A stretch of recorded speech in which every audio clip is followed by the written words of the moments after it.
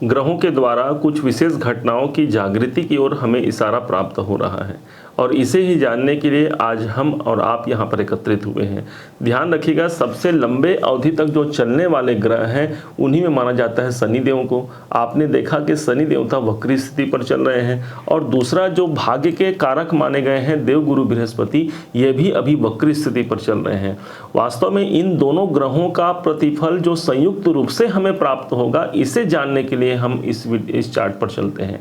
ध्यान दीजिएगा, इसे आप अपने लग्न के आधार पर देखेंगे, आपको सटीकता ज़्यादा बैठेगी, क्योंकि लग्न हमारा स्वयं का शरीर होता है और यदि आपको जानकारी नहीं है आपका लग्न कौन सा है, उस हिसाब में इसे आप अपने चंद्र राशि के अनुसार देख सकते हैं जो आपकी राशि है, क्योंकि राशि हमारा मन होता है। मन कहाँ रहेगा उस बात को यहाँ पर प्रदर्शित होगी। एक एक बातों को समझिएगा, एक एक गहराइयों को समझिएगा। उम्मीद है इससे आप ज़्यादा से ज़्यादा लाभान्वित हो पाएंगे।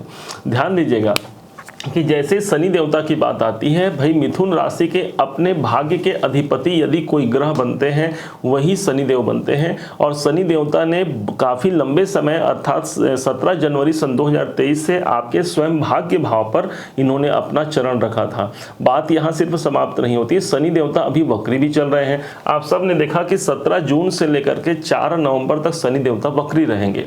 वक्री स्थिति पर इनका आना इसलिए भी आपके लिए प्रभावी रहेगा क्योंकि आपके भाग्य भाव पर मतलब वक्री हो रहे हैं। इसके साथ ही साथ ज्योतिष की एक मान्यता है कि जब कोई ग्रह वक्री स्थिति में आते हैं तो वो 8वें भाव का प्रतिफल भी हमें मजबूती से देते हैं। और ये मान लीजिए कि शनि देवता आपके बैठे तो 9वें भाव में है, लेकिन आपके 8वें भाव पर भी वो जागृति प्रदान कर रहे हैं। हमने इस वीडियो को 3 भागों में अभी बांटा है जो आप समझ पाएंगे। पहला शनि के वक्री प्रभाव, फिर गुरु के वक्री प्रभाव, फिर इन दोनों के द्वारा कौन से वो 2 घर हैं जहां पर ये दोनों ग्रहों का प्रभाव पड़ रहा है जो इस समय पर आपको सबसे ज़्यादा आप उसे फेस कर पा रहे हैं। ध्यान दीजिएगा, जैसे शनि 8वें भाव पर आते हैं। 8वां भाव चूंकि हमारे परिवर्तन का होता है, कोई न कोई एक परिवर्तन का दौर हमारे जीवन पर होता है, लेकिन मूलतः देखा जाए तो 8वां भाव कई प्रकार से रुकावट और बाधाओं को भी प्रदर्शित करता है। इस समय पर आप अपने लग्न के अनुसार इसे जान सकते हैं कि हो सकता है जीवन में कुछ न कुछ बाधाएं बनी हुई हैं, कोई प्रॉब्लम बनी हुई है। हालांकि आप निरंतर प्रयास कर रहे हैं उस बाधाओं से, उस जो विपरीत परिस्थितियां हैं उससे बाहर निकलने के लिए। शनि देवता के विषय में कहा जाता है जब ये वक्री स्थिति पर होते हैं तो जिस भाव पर होते हैं उस भाव के फल हमें मजबूती से प्राप्त होते हैं। मतलब भाग्य का सहारा तो यहाँ मिल ही गया और आपके लिए तो योग कारक ग्रह हो जाते हैं। इसलिए भाग्य का सहारा, पिता से सहयोग, उच्चाधिकारियों का सपोर्ट, आपके शिक्षा में एक प्रकार से उन्नति और एक कोई अन्य व्यक्ति के द्वारा भी हमारे जीवन को अच्छाई प्राप्त होगा। इस दरमियान आप ये जानिए, लेकिन वक्री स्थिति में आकर के कहीं ना कहीं हमारे जीवन में रुकावट और बाधाएं भी बनी हुई हैं। अब दूसरे पॉइंट पर चलते हैं जो कि हमने लिखा वक्री गुरु। आप सभी ने जाना कि वक्री गुरु जो हो गए हैं, देवगुरु बृहस्पति कहाँ चल रहे हैं, तो आपके तो इनकम भाव पर चल रहे हैं और ये ठीक 4 सितंबर से लेकर के 31 दिसंबर तक ये वक्री रहेंगे। अभी इसी महीने ये वक्री हुए थे 4 तारीख को, आपने कई वीडियो देखा होगा इसके बारे में। अब यहाँ हुआ क्या कि देवगुरु बृहस्पति आपके ठीक एकादश भाव में वक्री हुए। एकादश भाव आपके इनकम का भाव होता है।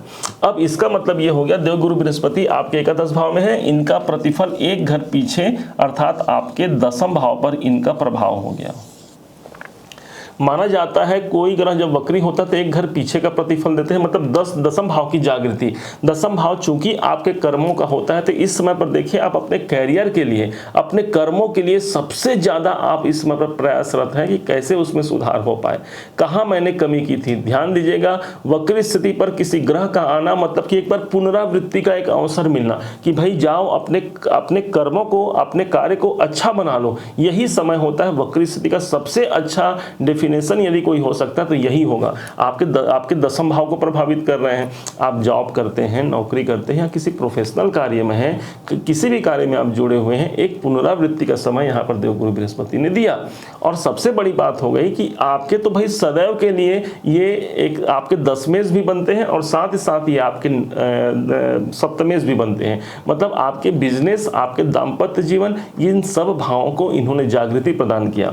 सिर्फ यही नहीं, ये सप्तमेश होकर के आपके दाम्पत्य जीवन को भी यहाँ पर कुछ न कुछ प्रभावित जरूर कर रहे होंगे, या तो बहुत अच्छा या कुछ कमी।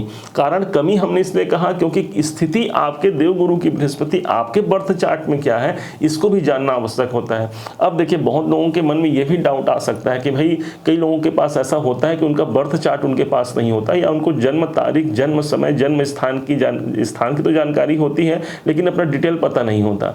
उस स्थिति में उनके मन में ये डाउट हमेशा बना रहता है, क्या मैं इस जन्म पत्रिका मेरी कभी नहीं बन सकती? तो मैं बताना चाहूंगा आपको, इसके लिए हमारे शास्त्रों में एक उपाय होता है प्रश्न कुंडली। प्रश्न कुंडली के माध्यम से हम किसी भी प्रश्न को जाना जा सकता है और किसी भी घटनाओं को हम प्रश्न कुंडली के माध्यम से देख सकते हैं। आपके मन में कोई भी प्रश्न है वही उसी टाइम, उसी डेट, उसी स्थान जहां पर आप प्रश्न कर रहे हैं वही आपका बर्थ विवरण हो जाएगा, आप ये समझिए, और उसके आधार में किसी भी बात को जाना जा सकता है। आप उसके लिए प्रयास कर सकते हैं।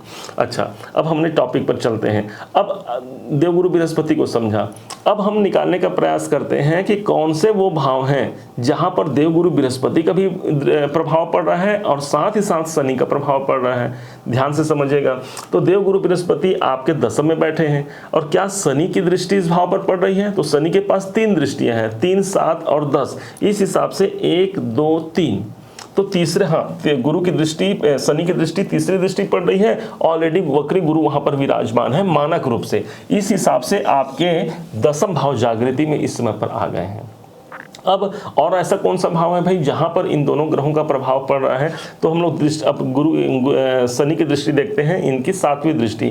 इस हिसाब से 1, 2, 3, 4, 5, 6, 7, इनकी 7वीं दृष्टि पड़ रही है सीधे आपके धन भाव पर, जो कि आपके कुटुंब का भाव होता है, आपके धन का भाव होता है। तो क्या गुरु की भी दृष्टि पड़ रही है? तो 1, 2, 3, 4, 5, हाँ, गुरु की दृष्टि पड़ रही है। इनकी पंचम दृष्टि पड़ रही है आपके द्वितीय भाव पर। देखिएगा कौन सी घटनाएं घटने वाली है। तो दूसरा भाव, आपका द्वितीय भाव सबसे ज्यादा प्रभावित हो गया और साथ ही साथ शनि की दृष्टि आपके दशम भाव पर होने के कारण ये भी आपके प्रभावी हो गए। मतलब जो निकल करके क्या आया आपके पास, निकल के आया 2, 10, ये कॉम्बिनेशन आपके पास निकल के आया। तो इस वक्री स्थिति के दौरान दोनों के संयुक्त प्रभाव से 4 सितंबर से 4 नवंबर के बीच ये घटनाएं होने वाली है। अब कौन सी होगी? सबसे पहला तो आपका दशम भाव। हमने कहा कार्य में एक पुनरावृत्ति का समय आया है। अपने कैरियर को लेकर के आप सबसे ज्यादा इस समय पर मेहनत कर रहे होंगे। चाहे आप घर पर भी कोई काम करते होंगे, उसके बाद भी इस समय पर हो सकता है वर्क लोड बढ़ जाए, हो सकता है इस समय पर अधिकारियों के साथ कोई वैचारिक वैमनस्य बढ़ जाए। कारण ये है यदि हमने अपना कार्य सही ढंग से नहीं किया तो हो सकता है हमें कोई सामने वाला हमें बोल सकता है भाई कि इस समय पर आपके पास काम ज़्यादा है। तो काम की अधिकता कुल मिला करके दशम भाव आपको प्रदान करेगा, क्योंकि शनि स्वयं कर्म के देवता है और इनकी जो वक्री स्थिति में इनकी दृष्टि दशम भाव पर जा रही है। अब बात सिर्फ यही नहीं होती, गुरु भी यहाँ पर विराजमान है जो इनकम भाव से इस भाव को देख रहे हैं। तो इसका मतलब ये हो गया कार्य की अधिकता तो रहेगी परंतु इनकम भी कहीं ना कहीं से निकाल करके इसी दरमियान आपकी झोली पर डाल सकते हैं। इस बात को समझिएगा। अब एक भाव और जागृत हो रहा है आपका, जिसे हमने माना कि द्वितीय भाव, दूसरे भाव पर आपकी जागृति हो गई। तो दूसरे भाव का भी विचार कर लेते हैं कि यहां से आपको सबसे ज्यादा मजबूती से क्या प्रतिफल मिलेगा? धन, पैसा। दशम भाव का प्रभाव, दशम भाव से गुरु ने दृष्टि दिया, अष्टम भाव से शनि ने दृष्टि दिया, दूसरे भाव को जागृति हुई। मतलब इस समय पर सबसे ज्यादा आप आर्थिक रूप से अपने आप को ज्यादा आप काम पे लगा रहे हैं। चाहे मेरा पैसा आए या जाए, इसको लेकर के आप सबसे ज़्यादा काम कर रहे हैं। कहाँ से मुझे पैसा आना है, कहाँ से मेरा पैसा जाना है, इन दोनों बात को लेकर के आप ज़्यादा काम कर सकते हैं। दूसरा भाव चूंकि हमारे जीवन में हमारे कौटुंबिक जीवन का होता है, इसलिए कोई ना कोई कुटुंब संबंधी कार्य इस समय पर आप ज़्यादा करेंगे। चाहे किसी के लिए मांगलिक कार्य करना हो या किसी के जीवन को संवारना हो। ध्यान दीजिएगा, हमारा जीवन तो ऑलरेडी सजा संवरा है, अच्छा है बुरा है जैसा है, लेकिन मैं ऐसा क्या कर पाऊं जो दूसरों का मैं हित कर पाऊं। पर हित सरिस धर्म नहीं भाई, पर पीड़ा सम नहीं अधकाई। तो इस कारण से इस समय पर सबसे ज्यादा जो प्रभाव अपने कुटुंब पर आपको देखने को मिलेगा। पारिवारिक जिम्मेदारियों का निर्वहन इस समय पर आपको करना पड़ेगा। दूसरा घर हमारे बैंक का होता है, इसलिए किसी कारण से आपको बैंकों में भी आना जाना लग सकता है, चाहे वो पैसे निकालने के लिए हो या जमा करने के लिए हो, या संचित धन भी हम दूसरे भाव को मानते हैं, इसलिए संचय करना यहाँ पर अनुकूलता को सिद्ध करता है। अब यही स्थान हमारी वाणी का भी होता है, इसलिए इस समय पर जो लोग मीडिया में जुड़े हुए हैं या जिनका कार्य बोलने का होता है या जिनका कार्य ऐसा हो सकता है किसी को प्लान दिखाए, उनको समझाना, कुल मिलाकर के एक मार्केटिंग से जुड़े हुए जो लोग हैं उनके लिए भी यहाँ पर अनुकूलता होती है। शनि देवता अष्टम में देख रहे हैं। अब ध्यान दीजिएगा, अष्टम भाव से शनि की दृष्टि है और गुरु की दृष्टि दसम भाव से है, मतलब इस टाइम पर आपको सचेत भी रहना है, कोई बहुत बड़ा पैसे से संबंधित कार्य नहीं करना है। यदि किसी को पैसा किसी से आपको देना है तो बड़ा सोच समझकर, अन्यथा नहीं दें तो ही अच्छा है। अभी 4 नवंबर तक का समय कोई ना कोई रुकावट संबंधी कार्य हमारे जीवन पर घटित हो सकती है, ध्यान रखिएगा। लेकिन परिवर्तन का स्थान भी आपके यही अष्टम भाव होते हैं, इसलिए परिवर्तन का एक दौर भी आ सकता है। हो सकता है कि अभी रुकावट चल रही है और इसी टाइम पर कोई अचानक से परिवर्तन हो जाए, क्योंकि परिवर्तन का भाव है हमारे। अचानक क्या कार्य होता है भाई, तो अचानक के कार्य पर स्थान माना गया है हमारे शनि को। जो लोग रिसर्चर हैं, रिसर्च फील्ड से जुड़ करके जो कार्य करते हैं, उनको यहाँ पर अच्छा कार्य देखने को मिल सकता है। शनि देवता अष्टम भाव से देख रहे हैं।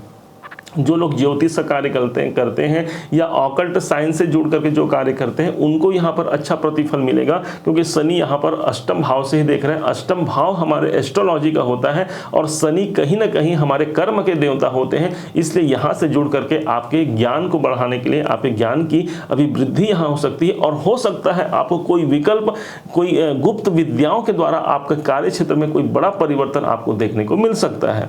अब चूंकि यहाँ पर अष्टम भाव प्रभावित हो रहा है, इसलिए आपको बोलना चाहेंगे कि हमने इस समय पर कोई गुप्त दान यदि आप कहीं कर सकते हैं तो करिए, क्योंकि गुप्त स्थान हमारा अष्टम भाव हो गया और किसी कारण से हमारे धन को या हमारे कैरियर को यह प्रभावित ना करे, इसके लिए हमें कोई गुप्त दान की ओर अग्रसित होना चाहिए। कहीं भी आपकी आस्था है, कहीं भी आपकी मनसा है, वहां आप दान दे करके इस टाइम को भी बहुत अच्छा बना सकते हैं। समझिए कि आपके सबसे ज्यादा प्रभावित आपके दसम भाव हो रहे हैं, कैरियर का प्रतिफल बहुत श्रेष्ठ मिल सकता है, सबसे ज्यादा जागृति आपके धन स्थान हो रहे हैं, इसलिए धन का वातावरण बहुत सुखद हो सकता है। इसी टाइम पर आपको ध्यान देना है, परंतु हाँ, खर्चे से आपको बचना है। कोई कहीं पर आपको धन देने की बात आए, कहीं आवश्यक किसी को आवश्यकता है तो दे सकते हैं, अन्यथा धन खर्च की अधिकता से आपको बचना ही होगा। करियर के दृष्टिकोण से अनुकूल है और विशेष माना जाए कि इस समय पर भगवान गणेश चतुर्थी का समय भी चल रहा है। भगवान गणपति की आराधना करते रहिए। भगवान गणेश स्वयं विघ्न हरण मंगलकरण करने वाला है, विघ्न का विनाश करने वाले हैं, इसलिए आपके विघ्नों का शमन भी भगवान श्री गणेश जरूर करेंगे।